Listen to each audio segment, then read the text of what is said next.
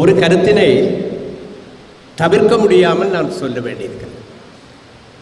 இந்த நிகழ்வை ஒரு குவாலிட்டி டிபேட் அல்லது ஒரு குவாலிட்டி சிம்போசியம், ஒரு தரமான கருத்தரங்காக அல்லது விவாதம் என்று சொல்லக்கூடாது, களமாக நாங்கள் நடாத்துவோம் என்றுதான் நான் அழைப்பு விடுக்கப்பட்ட பொழுதும் கூறியிருந்தேன், பிறகும் சொன்னேன். ஆனால் இங்கே அன்புக்குரிய தம்பி சுமந்திரன் அவர்களுடைய உறுதியான வழக்கத்துக்கு விரோதமான உணர்ச்சி பூர்வமான உரையை கேட்ட பொழுது நான் நம்புகிறேன், ஆங்கிலத்திலே சொல்வதானால் இந்த பொது வேட்பாளர் விவகாரத்திலே தமிழ் அரசியல் தரப்பிலே the battle lines are getting drawn. யுத்தத்துக்கான கோடுகள் கீறப்படுகின்றன. அல்லது தமிழ்நாட்டு தமிழில் சொல்வதாக இருந்தால் கோடு கிழிக்கப்படுகின்றது. இதனால் தவிர்க்க முடியாமல் சொல்ல வேண்டியிருக்கிறது.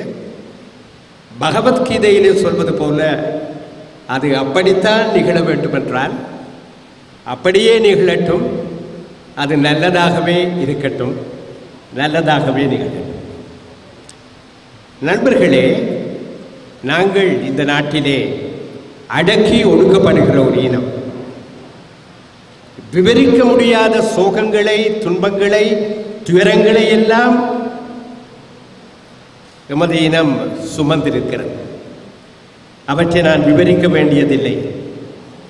நாங்கள் அனைவரும் அனுபவபூர்வமாக நன்கறிவோம். எமது பிரதேசம், மரபுவழி தாயகம் ஊடுருவப்பட தொடங்கியது இன்றைக்கு அல்ல. வெள்ளையர்கள் இந்த நாட்டை விட்டு வெளியேறுவதற்கு முன்னரே அப்போது இருந்த தனிச்சிங்கள மந்திரி சபை, DS சினநாயகாவின் தலைமையிலே இருந்த மந்திரி சபை கல்லோயா திட்டத்தை ஆரம்பித்த பொழுதே அதற்கான பிள்ளையார் சொல்லி போடப்பட்டது. அவர்கள் வெள்ளையர்கள் போவதற்கு முன்னரே ஆரம்பித்து விட்டார். இன்றைய நிலைமை என்ன என்பது எங்கள் எல்லோருக்கும் நன்றாக தெரியும். எங்களுடைய தாயகத்தை, எங்களுடைய தமிழீழ மண்ணினை முல்லைத்தீவு மாவட்டத்தில் உள்ள அலம்பில், கொக்கிழாய், நாயாறு ஆகிய பழந்தமிழ் கிராமங்களை, அவற்றில் மிஞ்சி இருப்பதை எல்லாம் கபளீகரம் செய்வதனூடாக வடக்கு கிழக்கை ரெண்டாக வெட்டி பிளக்க முடியும் என்று சிங்கள பேரினவாதிகள் இரவும் பகலும் சுறுசுறுப்பாக செயற்பட்டுக் கொண்டிருக்கிறார். கோதபாய ராஜபக்ஷ அவர்கள் ஒருமுறை ஜனாதிபதியாக வந்த பிறகு கிழக்கு சம்பந்தமாக பேச்சு வந்த பொழுது கேட்டாராம், இவ்வளவு காலமும் நீங்கள் என்னடா செய்து கொண்டிருந்தீர்கள் என்று. அவருக்கே உரிய பாணி. நாங்கள் இன்றைக்கு இருக்கிற நிலைமை இதுதான். ஆலயங்கள், எங்கள் வழிபாடுகள், எங்கள் வரலாற்று இடங்கள், எங்கள் தொன்மையை தூய்மையான மொழியிலே பேசுகிற சான்றுகள் அனைத்துக்கும் சவால் விடுக்கப்படுகிறது. பௌத்த சிங்கள பேரினவாதம் வடக்கு கிழக்கை, எங்கள் தாயகத்தை ஒட்டு மொத்தமாக விலக்கிவிட துடித்து நிற்கிறது. இங்கே வருகிறார்கள் 3 பிரதான வேட்பாளர்கள். இன்றைக்கு கூட நண்பர் அன்ரகுமார திசுநாயகவின் சார்பிலே 4-5 தடவைகள், நேற்றும் 2-3 தடவை அழைப்பு வந்தது. நான் தூக்கவில்லை. தூக்குவதற்கு என்ன இருக்கிறது? சஜித் வியாழக்கிழமை வருவதாக சொன்னார்கள். மற்றவரும் வந்து போயிருக்கிறார், வருவார், ரணில். இவர்களெல்லாம் இன்றைக்கு வடக்கு கிழக்குக்கு வருகிறார்கள் என்றால் தமிழ் மக்களுடைய வாக்குகளை பெற முடியும் என்கிற நம்பிக்கையோடு தான் வருகிறார்கள். அவர்களுக்கு வாக்களிப்பதற்கு அல்ல, அவர்களை பற்றி சிந்திப்பதற்கு என்ன இருக்கிறது என்ற கேள்வியை அறிவார்ந்த ஒவ்வொரு தமிழ் மகனும் தமிழ் மகளும் தயவு செய்து ஒரு முறை தங்கள் மனங்களிலே எழுப்பி பார்க்க வேண்டும். 2009ஆம் ஆண்டு யுத்தம் முடிந்தது. எப்படி முடிந்தது என்பது உங்களுக்கு தெரியும்.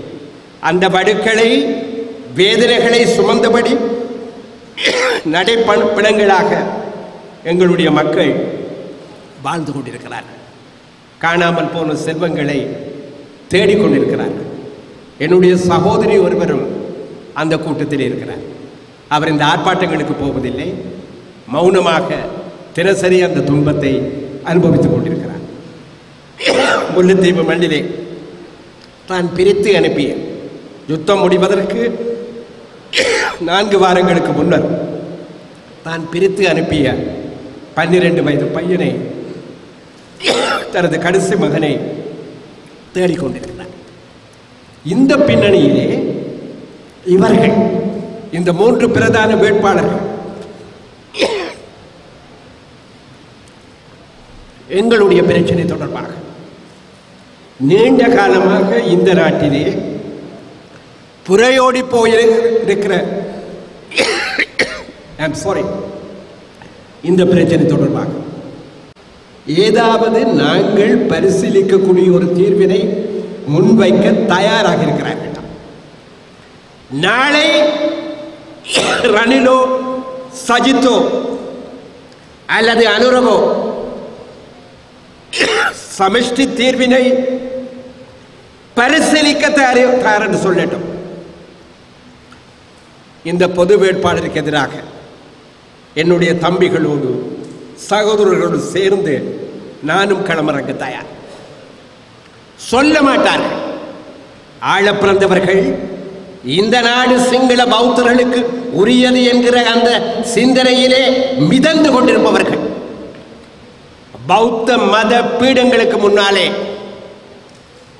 ஆசி பெறுவதற்காக குப்புற விழுந்து பழக்கப்பட்ட அரசியல்வாதிகள் அதிகாரத்துக்கு வருவதற்காக இன்றைக்கு எங்கள் மக்களை நாடி வந்திருக்கிறார். என்னுடைய கேள்வி எல்லாம் இதுதான்.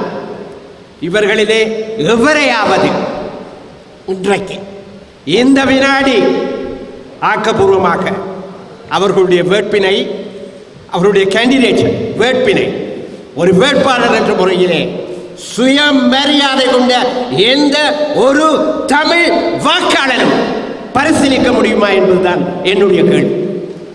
இதனால் தான் இந்த பொது வேட்பாளர் பொது வாக்கெடுப்புக்காக அல்ல, அடித்து கூற விரும்புகிறேன்.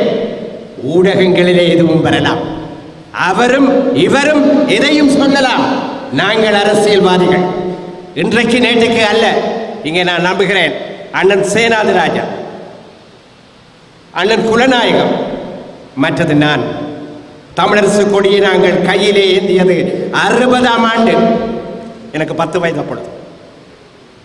அண்ணன் அமிர்தலிங்கத்தின் நிழலிலே 60 மார்ச் 19 தேர்தலிலே தமிழரசு கட்சி 19 தொகுதிகளிலே போட்டியிட்டு 15 தொகுதிகளை வென்ற பொழுது, அதில் ஒன்றை கல்முனையை 4 முறை போட்டியிலே 223 வாக்குகளால் பறிகொடுத்த பொழுது, இல்லை என்றால் 16 ஆசனங்கள். அந்த வரலாற்றோடு நடந்து வந்து காலப்போக்கிலே தீவிரவாத போக்குகளிலே தீவிரவாத பாதையிலே நாங்கள் போய்விட்டாலும் கூட தமிழரசு கட்சி மீது எங்கள் தாய் வீடு என்ற அந்த சிந்தனை, அந்த பாசம் எங்களுக்கு இருக்கிறது. அதை அண்ணன் அமிர்தலிங்கம் நன்குணர்ந்திருந்தார். அண்ணன் சேனாதிராஜா, அண்ணன் குலநாயகம் இருவரும் கூட நன்குணர்ந்திருந்தார். ஆனால் இப்பொழுது அதுவல்ல பிரச்சனை, கட்சிகள் அல்ல பிரச்சனை, அரசியல்வாதிகள் அல்ல பிரச்சனை. தமிழர்களாக இந்த நாட்டிலே அடக்கி ஒடுக்கி மிதிக்கப்படுகிற அடிமை கூட்டமாக நாங்கள் என்ன செய்ய போகிறோம்? இவர்களிலே ஒருவருக்கு வாக்களித்து நாங்கள் இந்த நாட்டிலே எந்த செய்தியை பெரும்பான்மை இனத்துக்கும் உலகத்துக்கும் சொல்ல போகிறோம்? இந்த நாடு பல்லின நாடு, இந்த நாடு பல மதங்கள் கொண்ட நாடு. இந்த உண்மையின் அடிப்படையிலே இனப்பிரச்சனைக்கான தீர்வினை இன்னமும் சிந்திக்காத எந்த ஒரு வேட்பாளருக்கும், அது பிரதான கட்சியோ குட்டி கட்சியோ எந்த கட்சியோ மட்டி கட்சியோ, நாங்கள் வாக்களிக்க முடியாது. இதுதான் யதார்த்தம். அப்படியானால் தமிழர்கள் என்ன செய்ய வேண்டும்? என்ன செய்ய வேண்டும்? பகிஷ்கரிப்பதா அல்லது என்ன செய்ய வேண்டும்? இதுதான் கேள்வி. எங்கள் வாக்குகளை ஒரு செய்தியை சொல்லுகிற வாக்குகளாக, இந்த பிரச்சனை இந்த குட்டி இலங்கை தீவுக்குள்ளே தீர்க்கப்பட முடியாத பிரச்சனை, சர்வதேசத்தின் ஈடுபாட்டோடு சர்வதேச வகிபாகம் ஆரோக்கியமாக ஆக்கபூர்வமாக ஆக்ரோஷமாக இருக்கின்ற ஒரு சூழ்நிலையைத்தான் தீர்க்கப்பட முடியும் என்கிற அந்த செய்தியை உலகத்திற்கு நாங்கள் சொல்லுவது எங்களுடைய முதல் அடியாக, first step in the right direction. இப்பொழுது இந்த நிலையிலே சரியான திசையிலே எடுத்து வைக்கப்படுகிற முதல் அடியாக அமைய வேண்டும். பொது வாக்கெடுப்பு அல்ல. பொது வாக்கெடுப்பு என்ற பேச்சே இருக்கக்கூடாது என்கிற கருத்தை நான் கொண்டிருக்கிறேன். விஷயம் எங்கள் கைகளை மீறி போக முடியாது. யார் யாரெல்லாம் பேசலாம், கருத்துக்கள் வரலாம். முடிவு எடுக்கிற பொழுது அந்த முடிவுக்குள்ளே நாங்கள் இருப்போம். எங்கள் குரல் இருக்கும். அந்த அரசியலுக்கு தான் நாங்கள் பழக்கப்பட்டவர்கள். கைகட்டி அல்ல, வாய் புத்தி அல்ல, உறுதியாக நிலைப்பாடுகளை எடுத்து பழக்கப்பட்டவர்கள். இது ஒன்று விளையாட்டு அல்ல. இது எங்கள் இனத்தின் எதிர்காலத்தை தீர்மானிக்கிற ஒரு விவகாரம். அதனால் தான் நாங்கள் உறுதியாக இறுதியாக சொல்கிறோம், சிங்கள தலைவர்களே, சிங்கள பௌத்த பேரினவாத அரசியல் அதிகார ஆசை கொண்ட அற்ப தலைவர்களே, உங்களுக்கு எங்கள் வாக்குகள் இல்லை இல்லை இல்லை என்று நாங்கள் உறுதியாக சொல்ல விரும்புகிறோம். அந்த அடிப்படையில் தான் சகோதரர்களே, சகோதரிகளே, நண்பர்களே, இது தேர்தல் மேடை அல்ல. இப்படி பேச வேண்டும் என்று நான் வரவும் இல்லை. ஆனால் மேட்ச் தொடங்கிவிட்டால் விளையாடித்தானே ஆக வேண்டும்.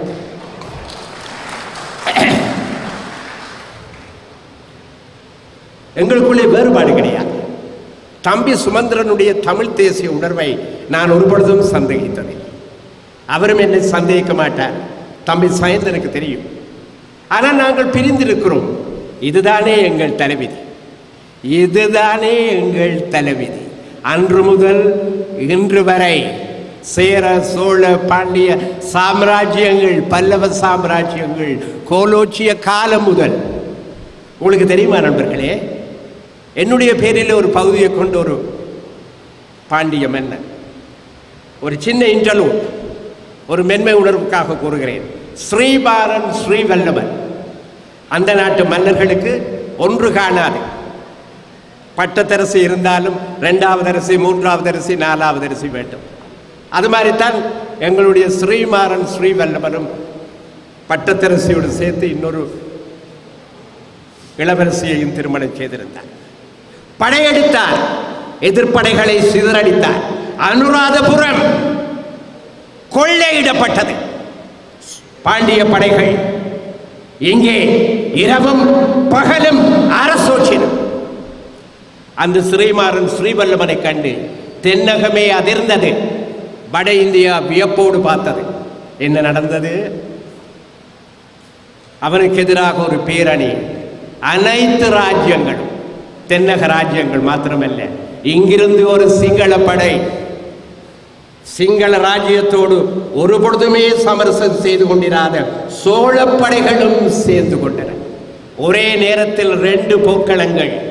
ஸ்ரீமாறன் ஸ்ரீவல்லவன் வீழ்த்தப்பட்டான். அந்த புண்களினாலே அவன் இறந்தான். அது என்ன நண்பர்களே, தம்பிகளே, சகோதரிகளே, நான் சொல்ல வருவது, அவனுடைய மகனுக்கு, அவனுக்காக இங்கே வந்து சிங்கள மன்னனிடம் உதவி கேட்ட அந்த மகனுக்கு, வரகுணனுக்கு பாண்டிய முடியை சூட்டியவன் யார் தெரியுமா? இலங்கை அரசனின், சிங்கள அரசனின் படைத்தலைவன் சக்கர். அவன்தான் முடி சூட்டினான். தந்தைக்கு செய்த துரோகம், மண்ணுக்கு செய்த துரோகம் வரகுணனை வாழ விடவில்லை. சாமியாராகி துறவியாராகி மாணிக்க வாசகர், நாயன்மார்களில் ஒருவரான மாணிக்க வாசகருக்கு கம்பெனி கொடுத்து அவரோடு கோயில் கோயிலாக அவன் சென்று கொண்டிருந்தான். மாணிக்கவாசருக்குரிய மரியாதையோடு நான் சொல்றேன். இந்த வரலாறு தொடரக்கூடாது.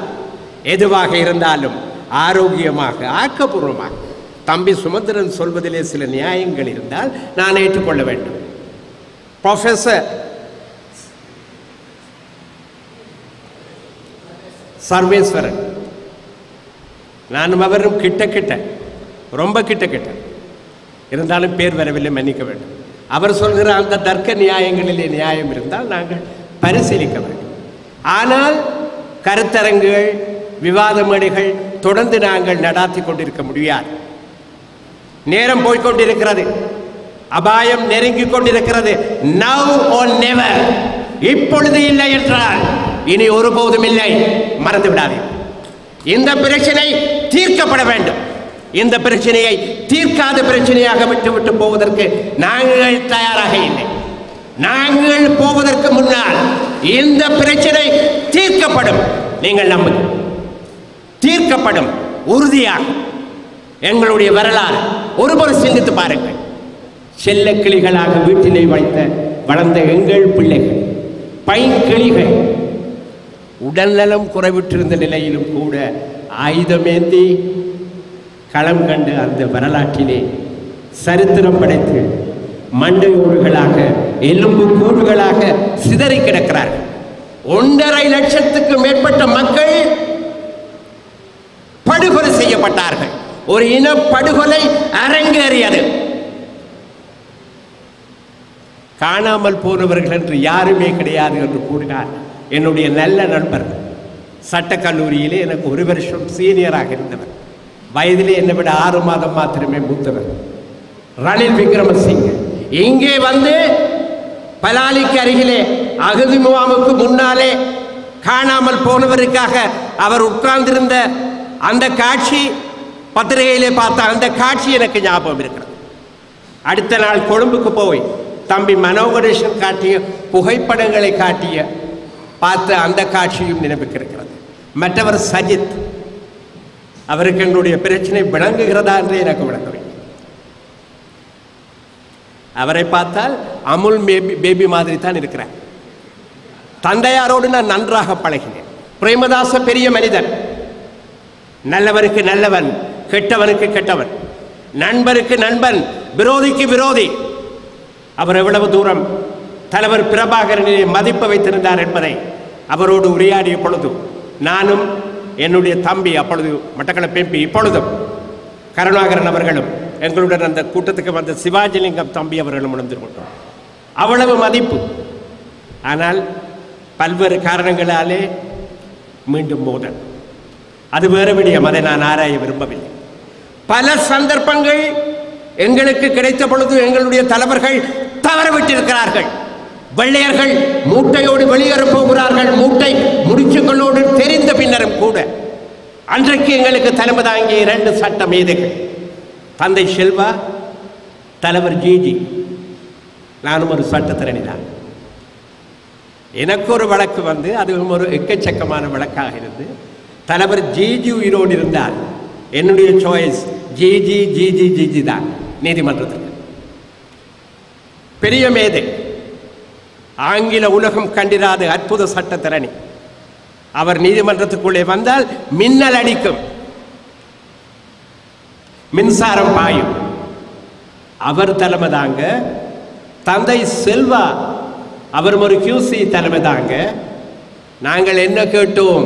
50க்கு 50 கோட்டை விட்டோம். இந்தியாவிலே ஜின்னா தனிநாடு பெற்றுக் கொண்டிருந்த நேரம், இந்தியாவிலே 1936ஆம் ஆண்டு கொண்டு வரப்பட்ட அரசியல் சீர்திருத்தத்தின் பிரகாரம் 37ஆம் ஆண்டு சமஷ்டி முறை பூத்தப்பட்டு இந்தியாவின் 11 மாகாணங்களிலே 8 மாகாணங்களை காங்கிரஸ் கட்சி பிடித்திருந்த காலம். அங்கே வரலாறு நிகழ்ந்து கொண்டிருந்தது. கேட்டார்களா? சமஷ்டியை கேட்டார்களா? இல்லை, பஸ் போய்விட்டது. இது போதாதென்று வாக்குரிமை பறிக்கப்பட்ட எங்களுடைய மக்களை, ஒட்டுமொத்தமாக குடியுரிமை பறிக்கப்பட்ட எங்களுடைய மக்களை 5.25 லட்சம் மக்களை இந்தியாவுக்கு அனுப்புகிற அந்த ஸ்ரீமாவோ சாஸ்திரி ஒப்பந்தத்துக்கு யாருடைய மனதை நான் காயப்படுத்த விரும்பவில்லை. வாக்களித்த தலைவர்கள் எனக்கு மிக நெருங்கியவர்கள் கூட, ஒரு சிலர், அண்ணன் அமிர்தலிங்கம் உட்பட. அன்றைக்கு ஒரு தமிழ் எம்பியையும் ஒரு செனேட்டரையும் தவிர அத்தனை தமிழ் எம்பிக்களும் வடக்கு கிழக்கு மாத்திரமல்ல, மலையகத்தில் இருந்து நியமன எம்பியாக வந்திருந்த தொண்டமான் அண்ணாமலை, அன்றைய மேல் சபையில் இருந்த செனேட்டர் ஜேசுதாசன் உட்பட அத்தனை பேரும் வாக்களித்தார். 5.25 அங்கே, 3 இங்கே, மிகுதி 1.5 50-50 அதான் எங்களுடைய பாரம்பரியம். 50-50 பிறகு பிரித்து கொண்டது. 74 பிரித்தார்கள். இந்திரா வந்த பொழுது, ஸ்ரீமாவோ இங்கே இருந்த பொழுது 6 லட்சம் அங்கே போனது, இங்கே 4 லட்சம், 3.25 லட்சம். இன்றைக்கு அவ்வளவும் இருந்திருந்தால் எத்தனை தமிழ் எம்பிக்கள்! இதான் தம்பி மனோ கணேசனுக்கு சொன்னதை அவர் மேடை மேடையாக பல தடவைகளில் சொல்லியிருக்கிறார். ஒரு பக்கம் சிங்கள குடியேற்றம், மறு பக்கம் அனுப்பிவிட்டோம். Hopelessly we are divided. நம்பிக்கை அளிக்க முடியாத விதத்திலே அண்ணன் தம்பிகள் பிரிந்திருக்கிறோம். ஒருவர் சொன்னது போல, கட்சிகளோடு பிரச்சனை, கட்சிகளுக்கு இடையிலே பிரச்சனை. எந்த கட்சியும் விதிவிலக்கல்ல. எந்த கட்சி தமிழரசு கட்சி தான் என்று அல்ல, ஒவ்வொரு கட்சிக்குள்ளும் பிரச்சனை இருக்கிறது. இதையெல்லாம் மீறி ஒரு தேசமாக, ஒரு இனமாக, வீறு கொண்ட படையாக எங்கள் எதிர்காலத்தை எங்கள் கைகளிலே நாங்கள் எடுத்துக்கொள்ள முடியும் என்றால், இந்த பொது வேட்பாளர் அல்ல, இந்த ஜனாதிபதி தேர்தலிலே மக்கள் திரளாக வாக்களிக்க முடியும். மக்களை ஒன்றுபடுத்த வாக்களியுங்கள் என்பதை எல்லாம் ஏற்றுக்கொள்ள மாட்டேன். தமிழ் தேசியமங்களை ஒன்றுபடுத்தி இருக்கிறது. ஆனால் நாங்கள் சிங்கள தேசத்திற்கு கொடுக்கிற கடைசி சந்தர்ப்பமாக, இதுதான் எங்களுடைய பொலிட்டிக்கல் ஸ்டாண்ட், அரசியல் நிலைப்பாடு என்பதை திட்டவட்டமாக சர்வதேசம் அறிய சொல்லுகிற ஒரு சந்தர்ப்பமாக இதை நாங்கள் பயன்படுத்த வேண்டும். நீங்கள் இருக்கக்கூடும், நான் செப்பரேஷன் தனிநாடு கோருவதாக. தனிநாடு கோரியதிலே பல பேரை விட நான் சீனியர். 18 வயதிலே 68ஆம் ஆண்டிலே சிஐடி அப்பொழுதே ஃபைல் ஓப்பன் பண்ணேன். அது வேறு கதை, சில நண்பர்களுக்கு தெரியும். ஆனால் இந்த டிமாண்ட், இந்த கோரிக்கை would never be separation. அது தனிநாடு அல்ல, but something short of separation. தமிழ்நாட்டுக்கு சற்று கொஞ்சம் குறைவானதாக இருக்கும். but not separation. தனிநாடு அல்ல, தனிநாட்டுக்கு சற்று குறைவான ஒரு பூரண சுவராஜ் இந்தியாவில் கேட்டது போல பூரண சுதந்திரம். ஆனால் இலங்கை தீவு ஒரு நாடாக இருக்கட்டும். ஒரு நாடு, 2 தேசங்கள். வாக்களிப்போம். என்ன கரைச்சல் இருக்கிறது? வீட்டில் காலையில் இழந்து பல் துலக்கி மூங்கழுவி தேநீர் அருந்தி போய் வாக்களிக்க வேண்டியதான ஒரு புள்ளடி. வேட்டுக்கள் பேசிய காலம் முடிந்து விட்டது என்று அல்ல, ஆனால் வேட்டுக்கள் பேசியதற்கு பதிலாக ஓட்டுக்கள் பேச வேண்டும். இதைத்தான் நாங்கள் கூறுகிறோம். நண்பர்களே, சுதந்திரம் என்பது சுக்கோ மிளகோ அல்ல. அன்பழகன் ஒரு முறை ஒரு மேடையிலே பேசியது சின்ன வயதிலே எங்கள் பேச்சு போட்டிக்கு தரப்பட்டது. சுதந்திரம் என்ற சுக்கா மிளகா கடையிலே வாங்குவதற்கு. எவ்வளவு தியாகங்களை, எவ்வளவு இழப்புகளை பெற்ற பின்னரும் கூட நாங்கள் இப்படி நிற்கிறோம் என்றால் அதற்கு காரணம் யார்? நாங்கள் நாங்கள் நாங்கள் நான் உட்பட. இந்த பாவங்களை எல்லாம் இந்த பிறப்பிலே நாங்கள் கழுவி விட்டு போக வேண்டும்.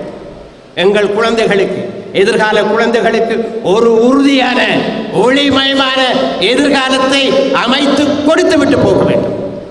அதை செய்ய முடியும். டிஃபயன்ஸ் இன் டிஃபீட் என்று சொல்வார்கள். நாங்கள் தோற்கடிக்கப்பட்டிருக்கலாம், வீழ்த்தப்பட்டிருக்கலாம், ஆனால் நாங்கள் மீண்டும் எழுவோம், நிச்சயம் எழுவோம், நிரந்தரமாக எழுவோம். இதை காட்ட வேண்டும். சிவில் குழுக்களை பற்றி எல்லாம் நீங்கள் பேசினீர்கள். கவலைப்படாதீர்கள். அவர்கள் பலர் ஆக்டிவ் பொலிட்டிக்ஸுக்கு வந்து சில வாரங்கள் தான் அவர்களாலே பிரச்சனை இருக்காங்க. இங்கே பழமும் தின்று கொட்டையும் போட்ட பலர் அங்கே இருக்கிறோம். நான் ஒரு முறை அவருடைய கூட்டத்தில் சொன்னேன், உங்களுக்கு என்ன தெரியும், உங்களுக்கு என்ன தெரியும், எங்களுக்கு என்ன தெரியும் என்று உங்களுக்கு தெரிய வேண்டும்.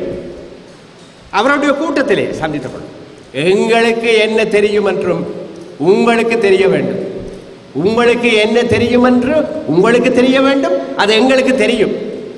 அதுபோல எங்களுக்கு என்ன தெரியும் என்றும் உங்களுக்கு தெரிய வேண்டும். நண்பர்களே, தலைமை என்பது வானத்தில் இருந்து கொடுக்கப்பட்டது அல்ல. தலைவர்கள் பிறப்பதில்லை, தலைவர்கள் உருவாக்கப்படுகிறார்கள். காலம் கருகிற பொழுது உறுதியான புரட்சிகரமான விடுதலையை பெற்றுத்தரக்கூடிய அன்னமூட்டிய அன்னை மணிக்கரங்கள் ஆணையிட்டால் அனலை விழுங்குவோம் என்று சொன்னாரே பாரதிதாஸ். அப்படி மக்களை இன்ஸ்பயர் பண்ணக்கூடிய தலைமை வரும், தலைமை கொண்டு வரப்படும். இந்த மண்ணிலிருந்து, எங்கள் ஜீவ பூமியிலிருந்து கொண்டு வரப்படும். அந்த உறுதியோடு நாங்கள் செயற்பட வேண்டும். தேர்தல்களை கொஞ்ச காலத்துக்கு நாங்கள் மறப்போம். அது தேர்தல் வரும்போது பார்த்து கொள்ளலாம். ஆனால் இந்த ஜனாதிபதி தேர்தலை பொறுத்த மட்டிலே 3 தெரிவுகள். இந்த அதிகார வரி கொண்டு அலைகிற இந்த சிங்கள பேரின பிசாசு கூட்டத்தின் பிரதிநிதிகளாக எங்கள் வாக்குகளை நாடி வருகிற இந்த கனவான்களுக்கு வாக்களிப்பதா, இல்லை எங்கள் தம்பிகள் சிலர் முடிவெடுத்து பகிஷ்கரிக்க சொல்கிறார்களே அதுக்கு அதிலே கலந்து கொள்வதா, அல்லது பொது வேட்பாளருக்கு வாக்களிப்பதா? இதை நாங்கள் பிறகு பேசுவோம், மேடைகளிலே பேசுவோம், பேச வேண்டி வரும். ஆனால் எந்தவித மனமாச்சரியம் இல்லாமல், காழ்ப்பு இல்லாமல், குரோதம் இல்லாமல், பரஸ்பரம் ஒருவரை ஒருவர் நேசிப்பவர்களாக நாங்கள் எல்லாம் ஒரே தாயின் பிள்ளைகள்,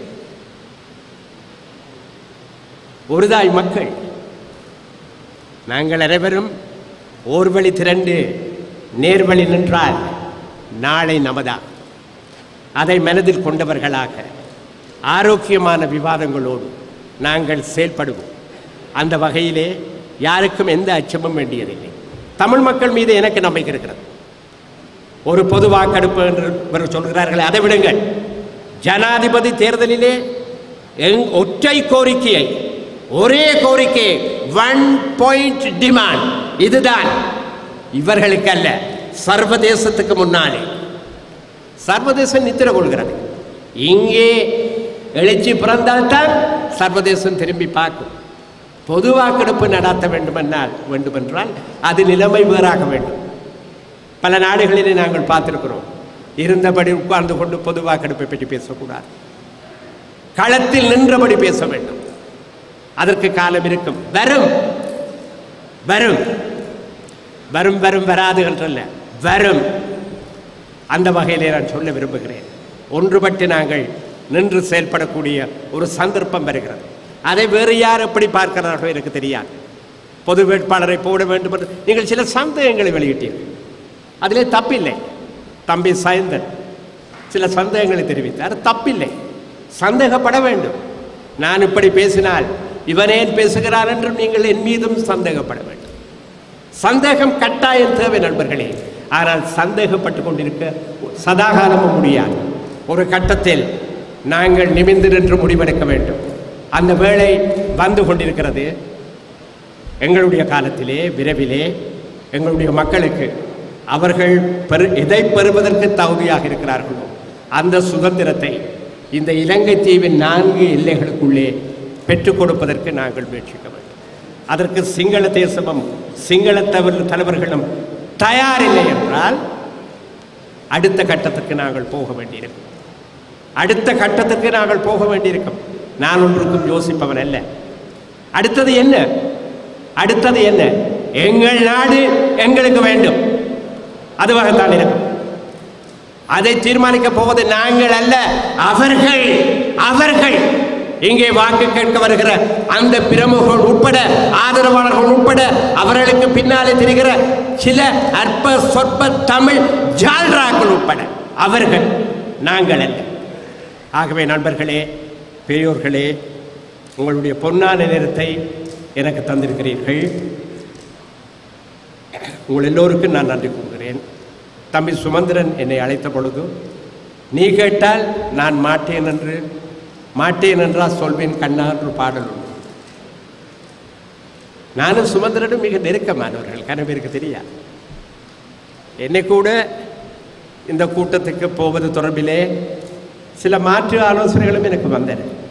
ஆனால் நான் ஒரு முடிவெடுத்து விட்டால் விஜயின் பாணியிலே சொல்வதாக இருந்தால் என்னுடைய பேச்சை நானே கேட்டோம்.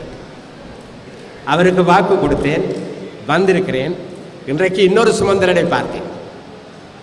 அமைதியாக பேசுகிற சுமந்திரன் அல்ல, ஆக்ரோஷமாக பேசுகிற சுமந்திரன். வெல்தான், ஒரு நல்ல பேச்சாளர் கிடைத்திருக்கிறார். அவர் நல்ல பேச்சாளர். ஆனால் இந்த ஆக்ரோஷ பேச்சு எனக்கு இன்றைக்கு தான் பார்த்தேன். அதே போல பேராசிரியர் சர்வேஸ்வரனுடைய கருத்துக்கள், சத்தியலிங்கம் மருத்துவர் எழுப்பிய சில விடயங்கள் அனைத்தும், ஏன் சயந்தன் கூட விட்டு வைத்தாரா? தர்க்கம் குதர்க்கம் ரெண்டும் கலந்து அவர் தன்னுடைய பங்கை நிறைவேற்றினார், உரிமையோடு சொல்லி போட்டும். ஆகவே இத்தகைய கருத்தரங்குகள் எங்களுக்கு வேண்டும். மட்டக்களப்பிலே, வவுனியாவிலே, கல்முனையிலே எங்கு நடந்தால் இது கட்டாயம் அடைப்பார். கருத்துக்கள் மூலம் ஒருவேளை காலம் வேறு விதமாக தீர்ப்பளிக்கலாம், அது வேறு விஷயம். ஆகவே நண்பர்களே, பெரியோர்களே, நாங்கள் தொடர்ந்து செல்வோம். ஓரணியாக இலட்சியத்தை நோக்கி அஞ்சாதவர்களாக. இழப்பதற்கு எங்களிடம் எதுவும் இல்லை, எங்கள் உயிர்களை தவிர. இழப்பதற்கு எங்களிடம் எதுவும் இல்லை, எங்கள் உயிர்களையும் தன்மானத்தையும் தவிர. அந்த உறுதியோடு நாங்கள் நடப்போம். நன்றி நண்பர்களே, நன்றி பெரியோர்களே, நன்றி சுவாமி.